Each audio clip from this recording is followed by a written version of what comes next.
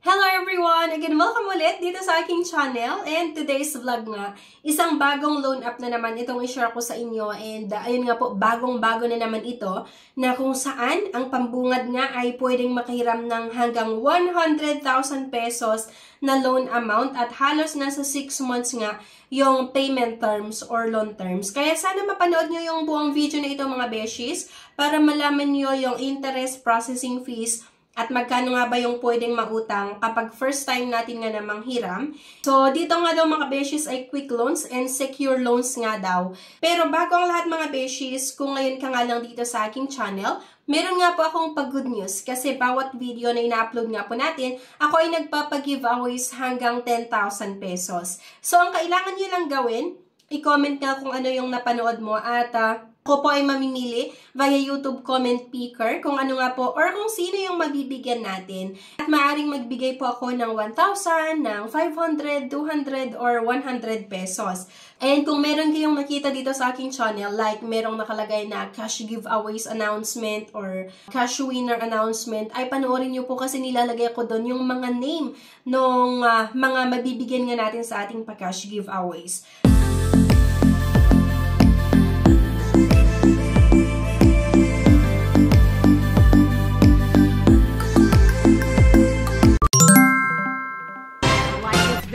Subscribe, comment, and share. It declines the bank and other loan apps. Pwede niyong subukan yung ibang options. See the links sa comment section below. Disclaimer, try or apply at your own risk. Here nga mga beshies, ang i-share ko sa inyo ay itong ample loan na kung saan dito ay pwede nga daw tayong makahiram nga hanggang 100,000 pesos. So ayan, minimum interest rate, maximum return, so 0.06%, easy repayment daw, repayment worry-free. And eto na nga yung sinasabi ko sa inyo na ang pambungad ng loan app na ito ay 100,000 pesos. So ample loan yung pangalan pero dito may nakalagay ulit na buy and cash daw. At 180 days nga yung payment terms or halos nasa 6 months. So, itap nga lang daw natin yung may nakalagay na apply now once na interested ka. Pero bago yon may nakalagay dito sa baba na eligibility criteria sa mga gustong umutang. 18 to 60 years old daw yung edad. Merong available banks or e-wallets. At dapat daw po mga beshies merong stable jobs. Kailangan nating mag-input syempre ng valid mobile number. Tap na nga lang natin yung login at from 100,000 pesos, naging 15,000 pesos lang pala yung pwede kong mahiram.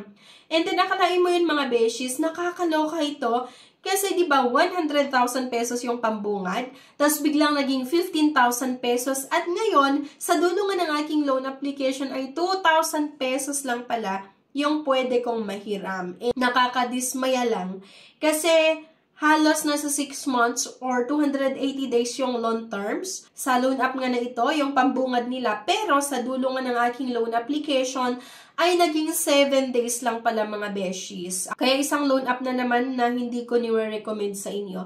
Kasi akalain mo yon 2,000 nga lang yung loan amount na pwede kang mahiram dito. Hindi pa matatanggap ng buo yung 2,000 pesos. Kasi kakaltasan pa ito ng processing fee na 667, merong total interest fee na 13 pesos at risk control service fee nga na 120 pesos. Kaya ang matitira lang doon sa 2,000 pesos ay 1,200 lang. So, yung 1,200, yun lang po yung ipapadala nila sa akin. At bali kasi dito, nag-apply ako ng January 7. So, kung mapapansin nyo dito sa baba, merong nakalagay na January 14, 2025 na repayment amount or due date. So, ayun nga po, yung repayment plan, na repayment amount, ayan, 2,000 at yung period ay January 14, 2025. So, napaka-short term lang mga beshies. Kaya isang loan app na naman na hindi ko nire-recommend sa inyo dahil nga po sa napakataas or matataas na naman itong iba't ibang mga fees niya. Okay? At kung ano yung matitira. So, ang isa pa, ang hindi pa maganda dito mga beshies ay yung 2,000 pesos, hindi nga ito matatanggap ng buo. Kasi nga kakaltasan pa ito dito nga sa iba't ibang mga fees. Tas yung matitira, yun nga lang yung ipadala nila which is yung 1,200 pesos.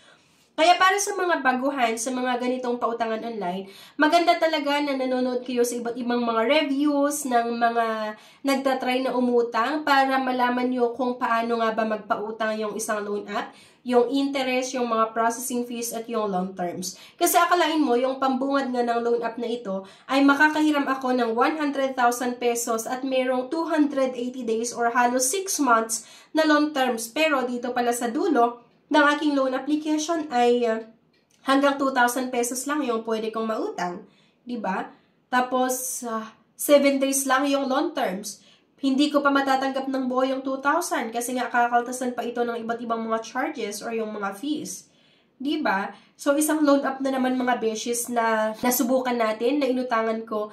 Ang hindi ko ma-recommend sa inyo dahil nga po sa mataas yung mga fees niya, itong mga charges. Pero syempre, sabi ko nga sa inyo, option nyo pa rin yan kung gusto nyo umutang dito, kung gusto nyo pa rin i-consider na utangan kahit napanood nyo nga yung buong video natin. So itong Ample Loan ay mabilis naman yung pag-process nila ng loan application.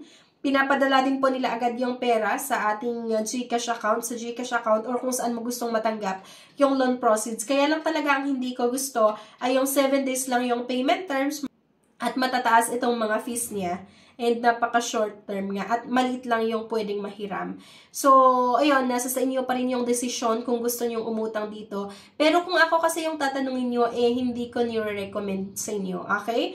Pero, ayun nga, ano sa tingin nyo, okay ba itong Ample Loan na utangan or hindi? Sana i-comment nyo po yan. At kung sakali meron po kayong naging experience dito nga sa Ample Loan, it's either naaprubahan yung loan application nyo at due date nyo na tapos wala pa kayong pambayad or nag-pause due ang inyong loan application. Ano yung na-experience nyo sa mga collector nitong Ample Loan na naka-receive ba kayo ng mga text messages na nakakatakot or tinatakot ba kayo or hinaharas or kung ano-ano yung sinabi sa inyo kapag naniningil yung mga collector nga nila. Diba? So sana po i-comment nyo yan sa comment section para mabasa nga po ng mga iba na nagbabalak pa ng sumubok nga na umutang sa pautangan na ito. And syempre, mabigyan po natin sila ng babala na itong Ample Loan pala ay ganito magpautang. So, based nga sa experience ko, nung sinubukan ko na umutang dito, and sa dulo nga ng aking loan application, ay makita agad itong mga breakdown na kung saan from 100,000 pesos na pambungad nila na pwede kong mahiram, dito pala sa dulo ng aking loan application ay 2,000 pesos lang. Diba? Yung 6 months na loan terms, dito sa dulo ng aking loan application, naging 7 days lang. Diba? So, hindi pa nga matatanggap ng buo tong 2,000 kasi may kaltas ito na processing fee na 667, total interest 13, risk control service fee 120. So, ang disbursal amount or ang ipapadala lang nila ay 1,200 and then magbabayad ka within 7 days ng 2,000 pesos kahit hindi mo natanggap ng buo. Okay? So, isang loan up na naman na same lang din sa ibang mga loan shark nga na may mataas na mga iba't ibang fees. Okay? So, hindi ko nire-recommend sa inyo pero kagaya ng paulit-ulit kong sinasabi na nasa inyo pa rin yung last or final na desisyon kung uutang pa rin kayo sa ganitong mga pautangan online. Okay? So, yun lang mga beshies. Sana makatulong yung video na ito sa inyo para makapag-decide kung utang pa ba tayo sa ganitong loan up or hindi. Anyway, thank you for watching. Please don't forget to click the subscribe button. Sana i-like nyo din po yung video at huwag nyo kalimutan na i-share. Thank you guys at see you sa aking next vlog. Bye-bye!